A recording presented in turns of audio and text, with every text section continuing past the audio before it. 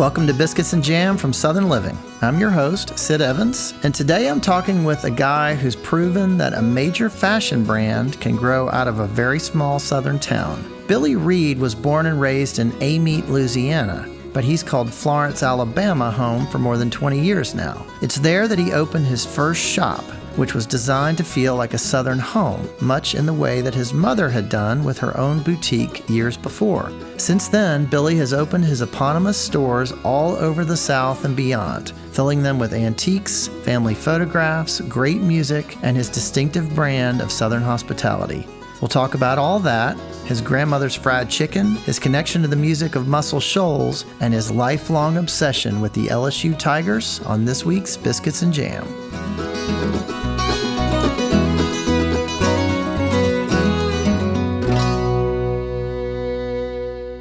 Well, Billy Reid, welcome to Biscuits and Jam. Great to be here and good to see you. Yeah, you too. It's been a while. I've got to start out just by saying thank you because I love your clothes. And I've been wearing them for a long time.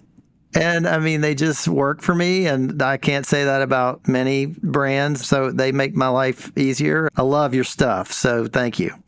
Well, thank you. I mean, that's very kind. Thank you.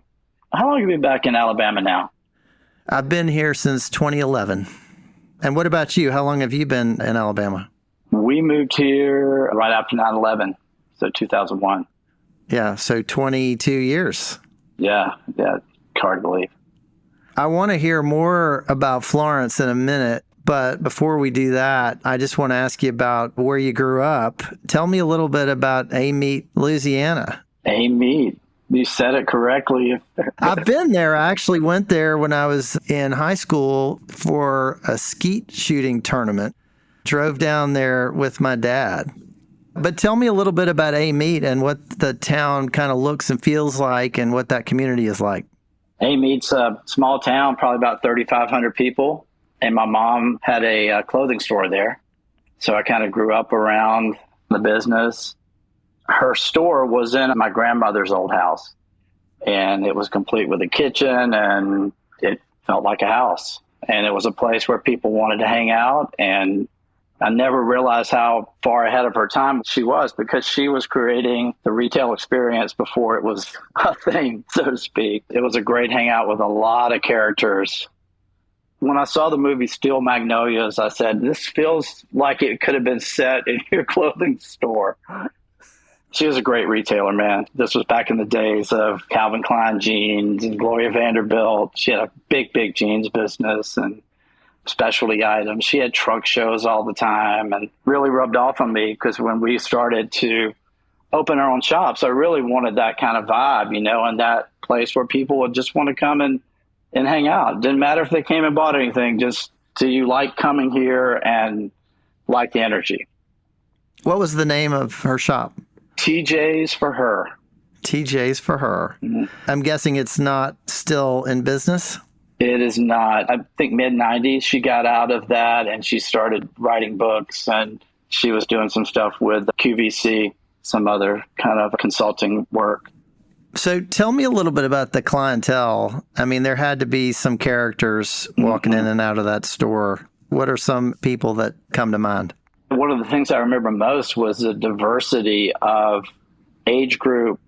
She had the jeans business, which definitely catered to teenagers, 20-somethings. But as well, she had women 50 years old, 60 years old buying Bobby Brooks slacks. So it was a wide range of people. As well as, I just remember the frantic times around the holidays when men would come in and just say, please help me, make me look good. She always tells a story about a man came in and bought a whole bunch of gifts. And when his wife came in, she says, oh, how did you like your new coat? And she goes, what new coat? Oh, no. He was busted. So he was buying it for somebody else. He was buying it for somebody else. So you learn to tread lightly. I mean, a town the size of Amite, you're not going to get away with that for very long. Not for very long. No.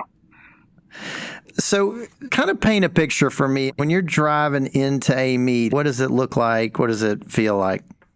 I mean, it's flat with pine trees, and you start to feel the swamp a little bit because we're 15 miles from Lake Maurepas, where you just turn into nothing but water, and swampland. So we're probably like 15, 20 miles from that. If you've ever been to Hammond, we're 15 miles from Hammond.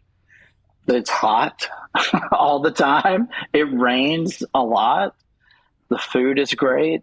The people are interesting, but it's still home to me. And there's a lot of things I miss about it for sure. My parents made me very proud to be from Louisiana. That's for sure. Yeah. They live it every second and have never left.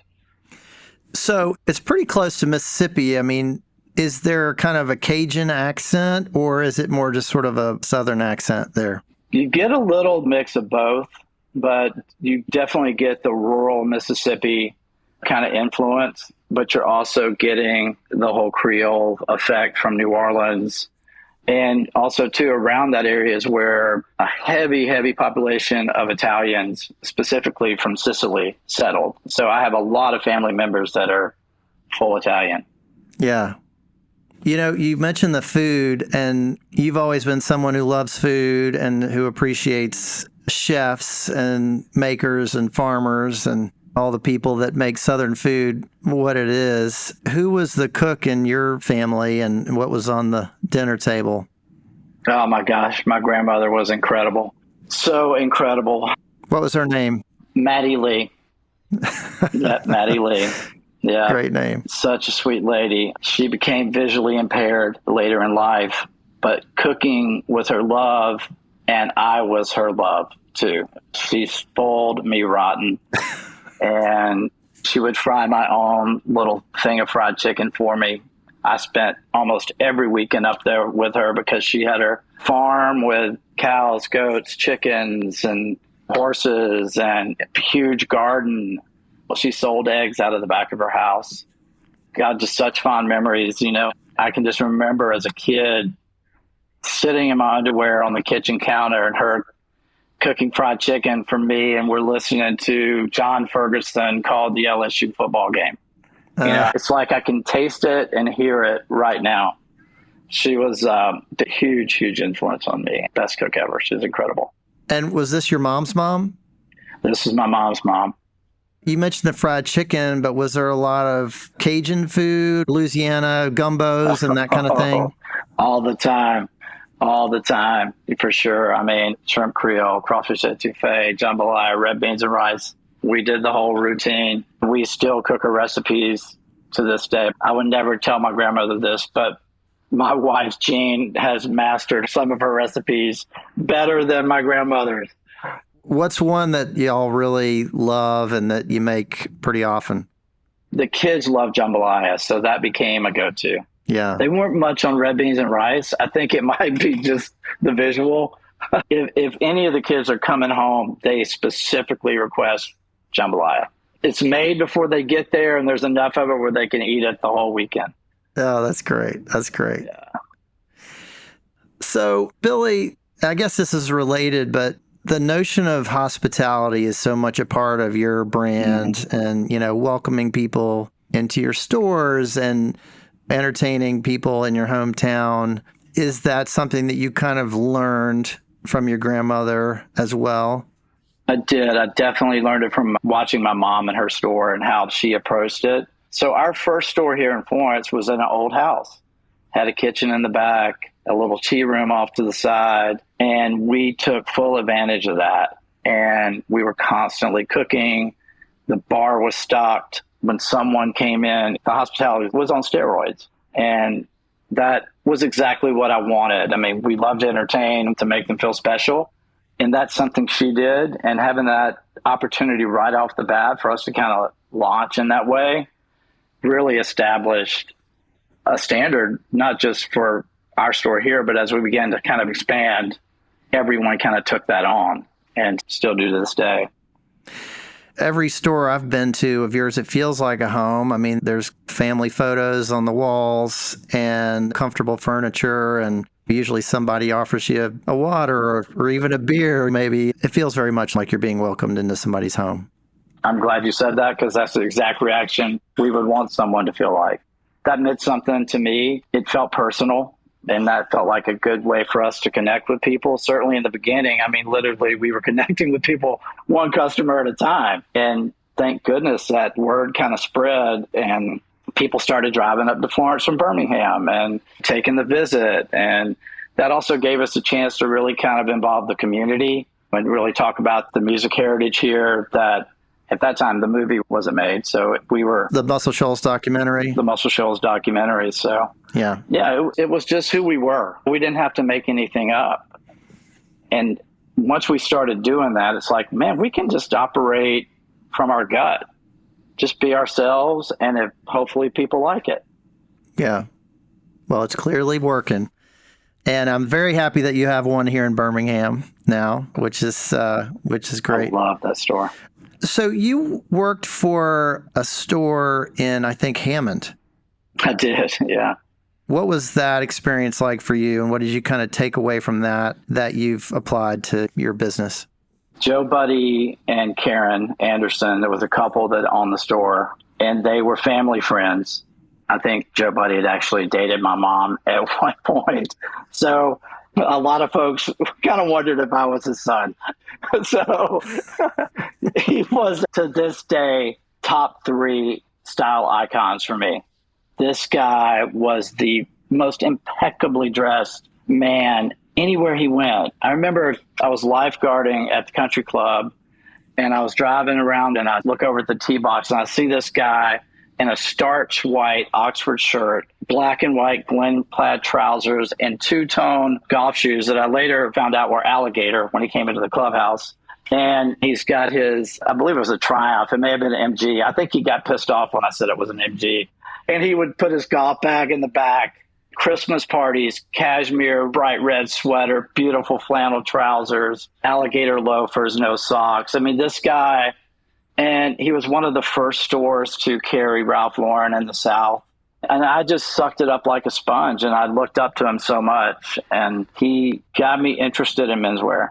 I mean, it sounds like it was kind of a combination of your mom's store and that experience that informed so much of what you do now. Both of those things still stick with me and have been good shining lights throughout my years. But, I think you kind of pick up stuff from everything. Yeah. Certainly working at Saks Fifth Avenue was unbelievable. I mean, learning about luxury products, how to make made-to-measure suits, learning the business, being around at the days of Perry Ellis and Bill Robinson, Giorgio Armani, opening a Ralph Lauren store, all of those things, I just sucked it up. And then working with Reebok for 6 years and with Greg Norman, when I love sports so much and being associated with that, it really gave me a chance to kind of travel and learn how to develop products. I took a little bit from all of that and really didn't start my business till I was 30. After the break, I'll talk more with Billy Reid about LSU football, his family's tailgate traditions, and the day he met Mike the Tiger and Bear Bryant at the same game.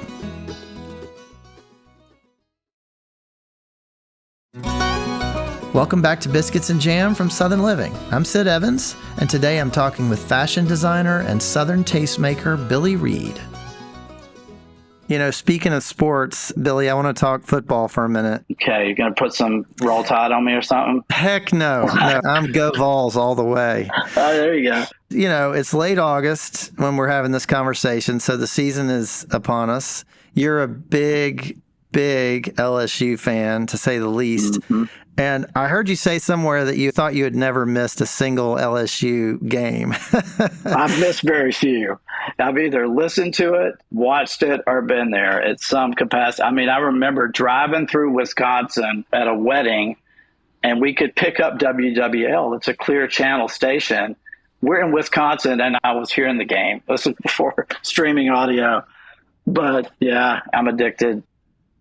Well, talk to me about your connection to that school and that team. Was this something that you just sort of grew up with? Like you didn't have a choice? You were born and raised an LSU fan, or did you kind of find it later? Both. I mean, it wasn't a choice for sure, but I loved every second of it. If you're from Louisiana, typically you're going to be an LSU fan. Even as I've moved all over, it never has left me. It's just part of my soul, part of who I am. Have you raised LSU fans?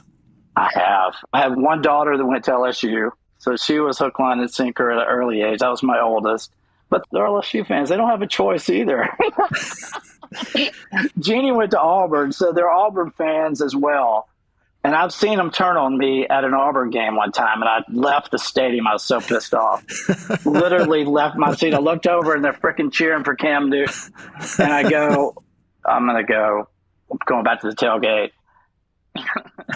Plus, they were kicking our ass, so it didn't matter. Well, it's hard to grow up in Alabama and be an LSU fan. You got to have some strong willpower, and you put up with a lot. All the time. I mean, it happened yesterday. I had an LSU T-shirt on. A guy goes, Alabama's number one. I was like, oh, my gosh. Hit me the wrong way. And I said, well, I just got back from Omaha. Last time I checked, we were number one. Baseball doesn't matter. I said, well, that's because your coach was betting against his own team. Well, we have a long season ahead. When you think about your traditions and kind of what it looks like on game days, do you and Jeannie like to have people over, or are you kind of happier if you can be left alone to yell at the TV? It depends on the game. I can tell you that the LSU-Alabama game is one where we don't go to anybody's house. Ain't nobody coming over. Don't want to hear it till we win. And it's the same way with Jeannie and Auburn and Alabama. Jeannie's one of 9 children. And her mom had 9 kids in 11 years. Wow. But she will not invite certain family members over because she knows they're Alabama fans. You know how that is around here. I do. So you really have to kind of plan your tailgate events accordingly. But give me an example of maybe it's a low pressure game and it's one where, everything lines up and you want to invite people over. What are y'all doing? What are you cooking? Well, I usually try to bring a little bit of Louisiana up here. For the last time we had a tailgate, I shipped in some boudin balls and we fried boudin balls. Jeannie cooked jambalaya. A lot of folks around here aren't used to getting the real thing. So we try to put that spin on it. And then, of course, stock the bar with all the goodies. Well, and I've seen you've got a nice grill set up. Do you have something going out there sometimes? Oh, yeah, that as well. Usually some sausage, some boudin, and I do like this Cajun rubbed pork chops and make them into bites. Yeah. Let's make everything easy. We are very casual. Yeah. Not fancy about it at all. Yeah. Well, it sounds pretty good. I'll be looking for my invitation one of these days, maybe when they're not playing Tennessee. Anytime. Yeah, you got to come on up and visit. Yeah, I would love it. Billy, when you think about your kind of long career as an LSU fan, what's a moment that stands out and something other than the national championships? Is there a moment that really just is sort of seared in your memory? Does it include getting kicked out of the stadium or not? Sure. Yeah. Because that's happened. My favorite moment is when I was 12 years old and I was a Boy Scout, and my section in Tiger Stadium is where the visitors sit. We were playing Alabama. Bear Bryant was coaching. And at that time, we would bring Mike the Tiger, the real tiger, in a cage, and they would park the cage right in front of the entrance where the visiting team comes onto the field. And I don't know what possessed me, but I got on the field and just was hanging out on the field. Today, there's no telling what would have happened. It wouldn't have happened, right? It wouldn't have happened. But I'm in there. I got my Boy Scout uniform on. And I have my back turned to the tiger cage. I'm right near the traveling cage. And all of a sudden, I hear this roar. And I turn around. Mike the Tiger pees, floods my entire uniform. A 500-pound tiger has a lot of capacity. So it's completely soaked. And then I look up, and of course the roar was because Alabama was coming out of the tunnel. And I see Bear Bryant, and I had my program in my hand. And I looked at him and I kept staring at him. He looked at me, probably thought something was wrong with me, that I'm sitting there completely soaking wet. And I said, "Hey, coach." And he stopped. And he says, "Hey, young man." And I handed my program. He signed it. And he said, "Good luck to you." And he patted me on my head. Ivy. And I said, that night, I was anointed by Mike the Tiger and Bear Bryant at the same time. I mean, some magic. Wow. I hope you still have that program. I do have it. My parents have it. Yeah. Oh, that's great. What a story. Yeah. What a story. Well, Billy, I want to talk music for a second because that's another passion of yours. And it also is woven into everything that you do. And you've hosted an event called Shindig for years that I've been to a couple of times. And it's a big celebration of food and music and Southern culture. Is there a performance that kind of stands out for you from all those years of doing Shindig? Preservation Hall Band was incredible. Just simply because my expectations were, I didn't know if people were going to like it. Mm-hmm. And especially younger people. But then when I looked over and I saw all of my nieces and nephews standing up, going bananas, and then I could see my parents dancing and the whole crowd was going nuts. That was a truly special event. And I'd say one of the others is, this was right when the Alabama Shakes were kind of just coming up. And we took a risk and we didn't tell people who the headliner act was going to be. We kept it secret. Said, secret guest, tickets are $99. Now, the tickets are expensive because that's a small theater. You can only get about 700 people in there. And I just wondered if people are going to buy these tickets. Well, we sold it out within like 2 days. And when they came on stage, people went freaking bananas because they were so hot at that time. I was at that show. You were at that show? Yeah. Oh, my God. That was incredible. It really was. Butch Anthony helped do the backdrop. Really, all of these cultural things that kind of evolve around our brand came from a personal spot, but it's all the people. It's the friends. It's people like Butch. It's people like Shelley Colvin that have connections that can bring folks into our sort of world. And it's happened because of a lot of people kind of teamed together and we all sort of liked each other. Yeah. And just people that want to make it work despite some, I'm sure, very challenging odds and probably numbers that don't work in your favor. The numbers don't work at all. We're a small company here, but we're trying to do something really big. And for that to happen, it takes people to kind of do it because they want to do it and they want to be a part of it. Yeah. I don't know if you've ever been to the Newport Folk Festival. I have not. It's on my bucket list. You would totally dig it. It's in your wheelhouse. But it's kind of the same. Folks want to be a part of it. The musicians come and they stay the entire weekend so they can hang out. And that's kind of what we tried to create here with Shindig. Yeah. We want you to come play, but we really just want you to come enjoy yourself. Yeah. You know, I often see pictures of you holding a guitar. I've heard you actually play at a very late night gig in Florence one time. I hope you were inebriated. Oh, well, it's possible, but it sounded great at the time. I will tell you that. Then you were very inebriated. But tell me, what are some of the things that you like to play when you're just sitting down on the couch and you've got a minute, just you and your guitar?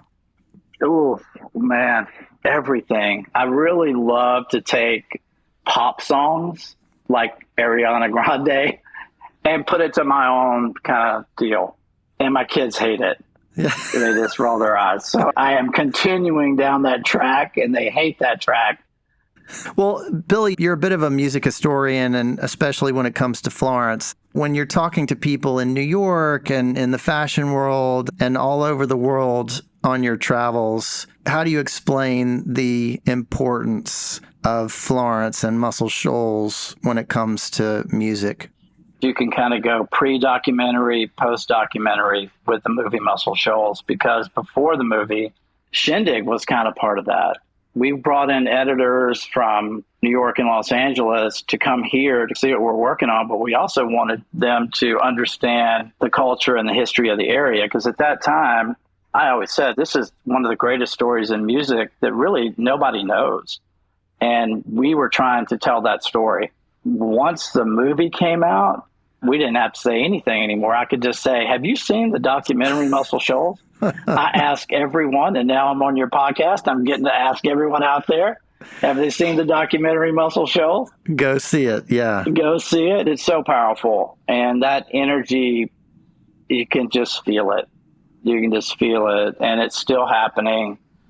I've always tried promoting that movie and promoting our area and our history because I think it's something that our community can really build on and continue to attract more and more people from all over the world that are coming to visit the studios and just kind of feed off that energy. Yeah. And it's been really a privilege to kind of be a part of that and, to be involved with the movie. Yeah, we're so proud of our area for that and just really happy to be a part of it. Well, Billy, I just have one more question for you. What does it mean to you to be Southern? I was in New York with my company before 9/11, and then we lost everything and moved here to kind of regroup and restart. And a lot of that was because I wanted to be back down south. I love New York, but I wanted to coach my kids' Little League team. I wanted to be able to raise my kids in a small town the way I grew up. I wanted to know I could get in my Jeep and be out in the woods in 15 minutes. Those are things that I love. I don't know if those are Southern things or just wanting to be closer to family and closer to your roots. But once we got here and as we started Billy Reid, after losing the business and restarting, it was definitely more personal. And certainly I'm a Southerner, so that was going to come across. It came across even with my old business. People knew it just when I started talking. As we started to grow and knowing we were, different for a fashion house to be based in Florence, Alabama, not New York or Milan or Paris. But I felt like that separated us. But I also felt like it put a lot of pressure on us to be the beacon of good. I always wanted to represent Alabama, the South, in the most positive way, no matter what it was, and show we can do this from here and we can sit right beside you, and I've always felt a responsibility to kind of make sure we're fighting the good fight and giving people nothing but positivity about what's happening here. That doesn't dismiss any of our horrific past, but we can definitely try to look towards a really positive future. Well, y'all are doing that, and I hope you keep at it for a long time. And Billy Reid, thanks for being on Biscuits and Jam. Sid, thank you. I look forward to seeing you soon. Me too. Thanks for listening to my conversation with Billy Reid. Southern Living is based in Birmingham, Alabama. Be sure to follow Biscuits and Jam on Apple Podcasts, Spotify, or wherever you listen, and we'd love your feedback. If you could rate this podcast and leave us a review, we'd really appreciate it. You can also find us online at southernliving.com/biscuitsandjam. Our theme song is by Sean Watkins of Nickel Creek. I hope you'll join us next week for my conversation with Rebecca and Megan Lovell, the incredible musicians behind the roots rock band Larkin Poe. We'll see you then.